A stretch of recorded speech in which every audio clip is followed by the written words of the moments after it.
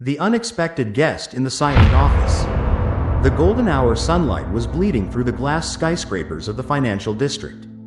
But inside my wife's office building, the air felt like a tomb. I had planned the perfect evening, a bouquet of fresh lilies, her favorite vintage wine, and the news that I'd finally booked that trip to Tuscany we had talked about for years. I wanted to see her face light up, to see the stress of her high-powered job melt away, even if just for a moment. But as I stood before her heavy, soundproofed door, a cold shiver crawled up my spine. The office was supposed to be buzzing with late-night paralegals and janitors. Yet this floor was eerily abandoned. I didn't knock. I wanted the surprise to be absolute. When I pushed the door open, the room was bathed in the flickering blue light of a computer monitor. But Clara's chair was empty. Her coat was still draped over the armrest, and her purse sat open on the desk. But she was nowhere to be seen.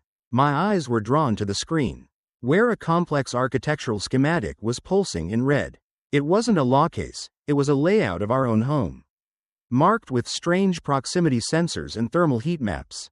Before I could process the violation of our privacy, a faint, rhythmic scratching sound echoed from the far corner of the room. It was coming from behind the massive, floor-to-ceiling mahogany bookshelf, a sound of small fingernails desperately clawing against solid wood. The wall that breathed a forgotten scent. The sound was so small, so fragile, yet it resonated in my chest like a thunderclap. Driven by an instinct I hadn't felt in 3 agonizing years, I began tearing books from the shelves, my heart hammering against my ribs with such force it was painful. My hands moved with a frantic life of their own until my fingers caught on a hidden recessed lever behind a leather-bound volume of criminal codes. With a heavy, pneumatic hiss, the entire section of the wall receded and slid sideways. A draft of stale, cool air hit me, carrying the unmistakable scent of lavender and baby powder, the exact fragrance of the nursery we had boarded up the day the police told us to stop Hope. In the dim, artificial light of a hidden crawlspace sat a small girl. She was hunched over, her back to me, wearing a tattered yellow sundress with a small daisy pattern, the very dress my daughter, Lily, had been wearing the day she was snatched from the park. I tried to scream her name, but my voice was a strangled sob. The girl froze, then slowly turned her head. It was her, my Lily, but her eyes weren't the bright, dancing lights I remembered. They were hollow, wide with a terror that no child should ever know. She didn't run to me. Instead, she pressed a trembling finger to her lips and pointed toward the ceiling vent, where the sharp, rhythmic click of high heels was approaching from the hallway. The architect of a 3-year nightmare. The sound of those heels was a death knell, signaling the arrival of the woman I thought I knew better than my own soul. I scrambled into the hidden room, pulling the bookshelf shut just as the office door creaked open. Through a tiny circular gap in the wood, I watched Clara walk in. She wasn't the tired, grieving wife I saw every morning. She moved with a cold, clinical precision. She wasn't alone. A man in a lab coat followed her, holding a tablet that mirrored the schematics I'd seen on her desk. They stood right in front of our hiding spot, their shadows stretching across the floor like monsters. The subject's heart rate spiked again when he entered the building. The man whispered, his voice devoid of emotion, "We need to increase the sedative in the ventilation system or he'll start asking questions we aren't ready to answer." Clara didn't flinch. She simply adjusted her glasses and stared at the bookshelf, stared right at the spot where I was shivering, holding my daughter's skeletal frame against my chest. "He's a husband, Marcus," she replied, her voice sounding like ice cracking. "He's designed to be predictable. If he finds her too early, the trauma data will be corrupted. Let him play the hero for another hour. It makes the eventual reset more effective." The realization hit me like a physical blow. My wife hadn't just found our daughter, she had been the one who took her. A maze of glass and deception. Fear turned into a white-hot rage that threatened to consume my sanity. But Lily's small hand gripping my shirt kept me grounded. I realized this hidden chamber wasn't just a room. It was the start of a modular corridor that ran behind the very infrastructure of the office. As we crept through the shadows, I saw rows of monitors embedded in the walls. They didn't show the street or the lobby. They showed every room of our house from angles I didn't know existed. I saw my own bed, my bathroom, Even the inside of my car. My entire life for the last 3 years had been a laboratory experiment. A grand stage where I was the only one who didn't know his lines. We reached a junction where the walls were made of one-way glass. I looked through and saw a room filled with people who looked exactly like me, mannequins or perhaps clones. Dressed in my suits, positioned in various stages of grief. Clara was walking among them, adjusting their poses with the same care a painter uses on a canvas. Lily whispered into my ear, her breath smelling of the copper-flavored vitamins they had forced her to take. "She's not your wife, Daddy," she whimpered. "The real mommy is in the deep basement. This one is the replacement."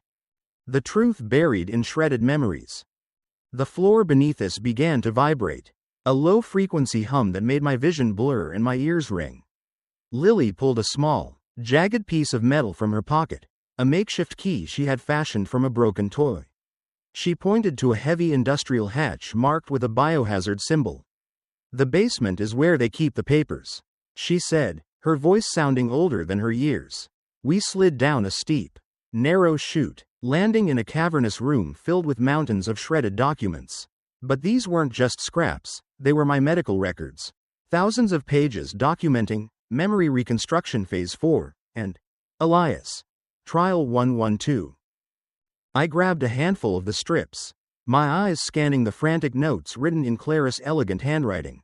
Subject 112 continues to believe the park abduction was a random act. Psychological bond with Lily remains the primary anchor. If anchor is broken, Subject 112 will experience total cognitive collapse. I wasn't a man who had lost his daughter. I was a man who had been programmed to believe he had a daughter so they could study the limits of human sorrow. Lily looked at me, a tear tracking through the dirt on her cheek. "I'm not real, am I?" she asked, and the question broke what was left of my heart. The final curtain call. The basement lights suddenly flared into a blinding, surgical white, and the hum of the building rose to a deafening shriek. From the shadows of the massive industrial pillars, Clara emerged, flanked by a dozen security guards with their weapons drawn. She wasn't wearing her worksuit anymore, she was in a sterile white lab gown. Looking like a goddess of a dying world, she looked at me, then at the girl in the yellow dress, and sighed with the disappointment of a teacher whose star pupil had finally failed. "You were the best version of Elias we ever had," she said, stepping over the piles of shredded memories. "You were so dedicated to the search, so perfect in your misery. But curiosity is a defect we haven't been able to patch out."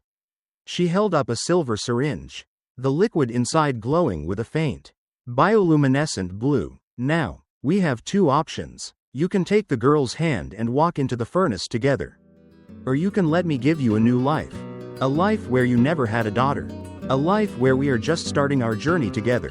Happy and ignorant." I looked at Lily, then at the woman I had loved, and I felt the jagged metal key in my pocket.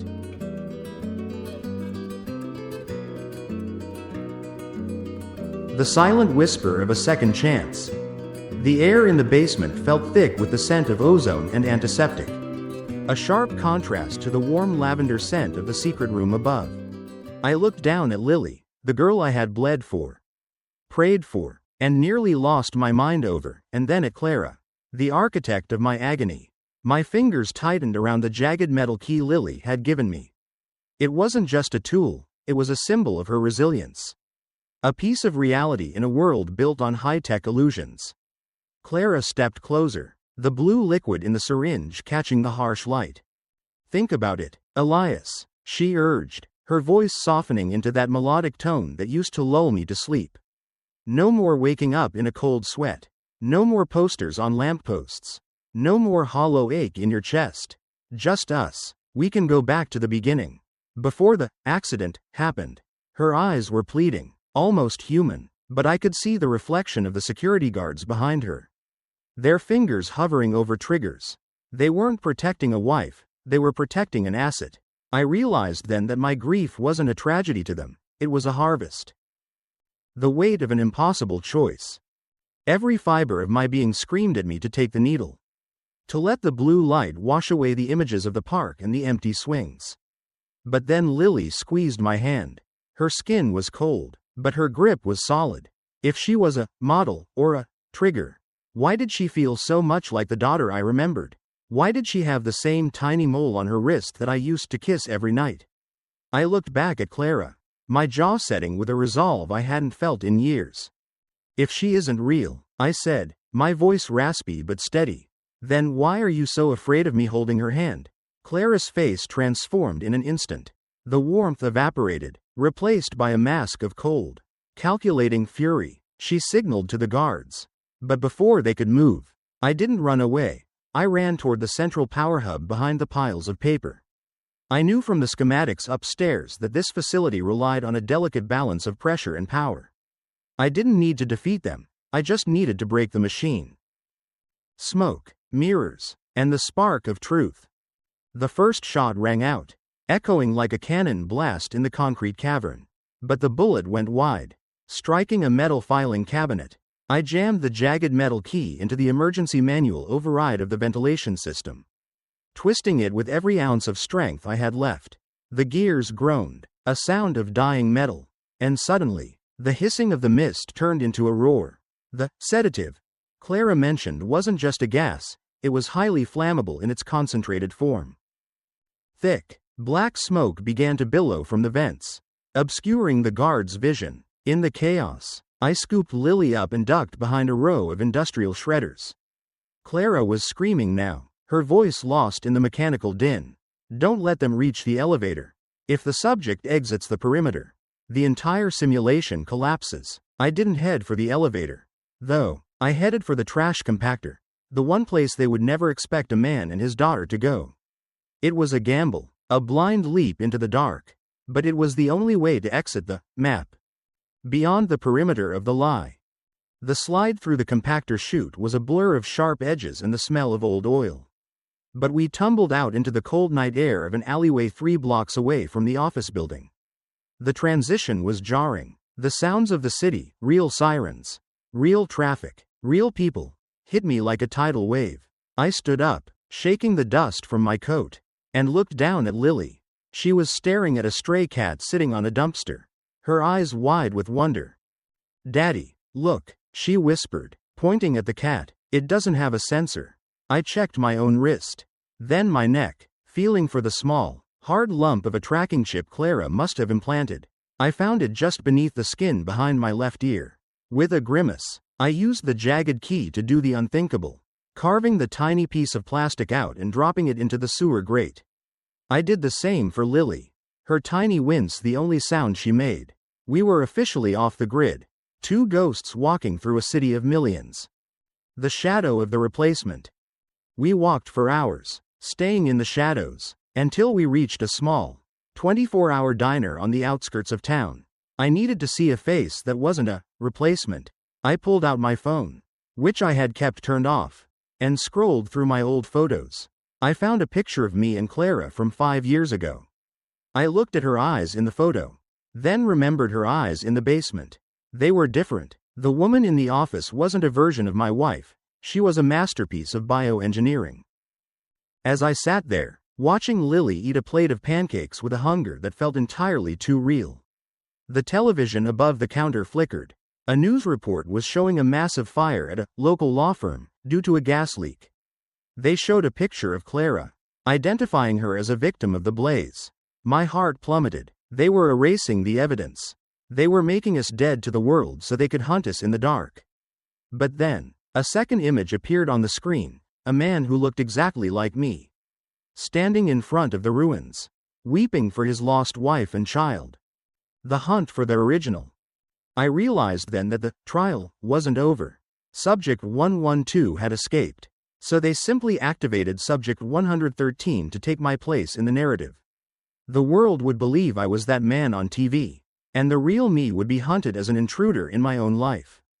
But as I looked at the medical reports I had managed to stuff into my pocket, I saw a single address scribbled in the margins, far away from the city, in a place called The Orchard. The real mommy, Lily said, as if reading my mind. She reached across the table and touched the address on the paper. That's where they keep the ones who didn't break. I looked out the window at the rising sun, the light hitting the horizon with a promise of a new day. Or perhaps a new nightmare. We didn't have money. We didn't have IDs. And the entire world thought we were dead. But I had my daughter. And I had the truth. And for the first time in 3 years, I wasn't the one being watched. I was the one watching.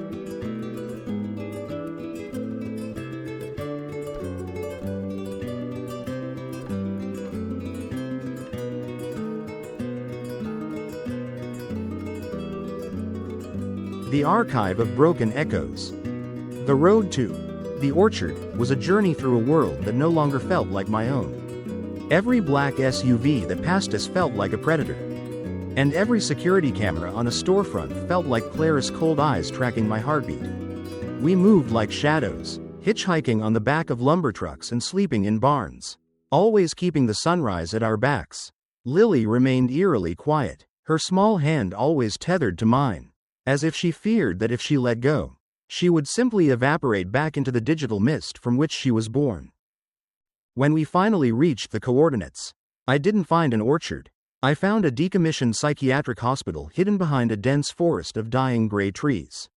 The gate was rusted shut, but the high-tension wires hummed with a terrifying amount of electricity. This wasn't a place for healing. It was a vault for the defective originals who refused to play their parts. As we crawled through a gap in the perimeter fence, the smell hit me, not of medicine, but of old paper and ozone, the scent of 1,000 lives recorded and discarded. The face beyond the mirror.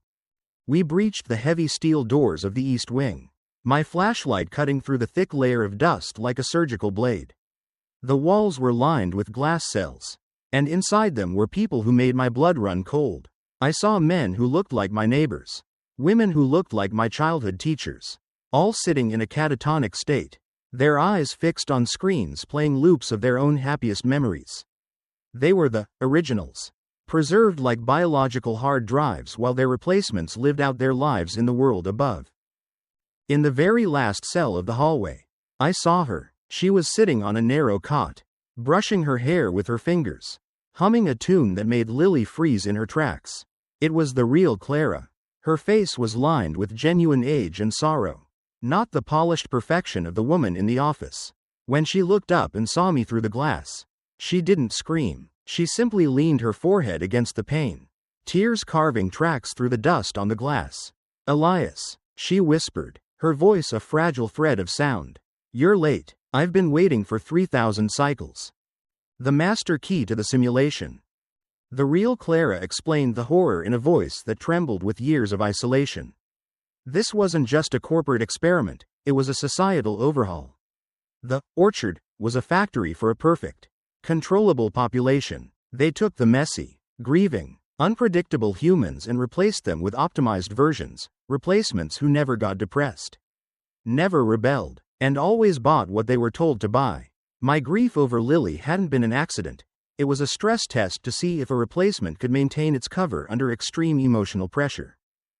"The girl you're holding," the real Clara said, looking at Lily with a mixture of pity and love. "She's the first one that worked.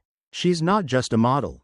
Elias, she's a bridge. She has my DNA and the replacement's code." She reached into a hidden seam in her mattress and pulled out a small, glowing data drive, the source code, for the entire facility. "If you plug this into the main terminal in the basement, the masks fall off. Every replacement in the city will stop. The world will see the monsters they've been sleeping next to." The siren's final temptation.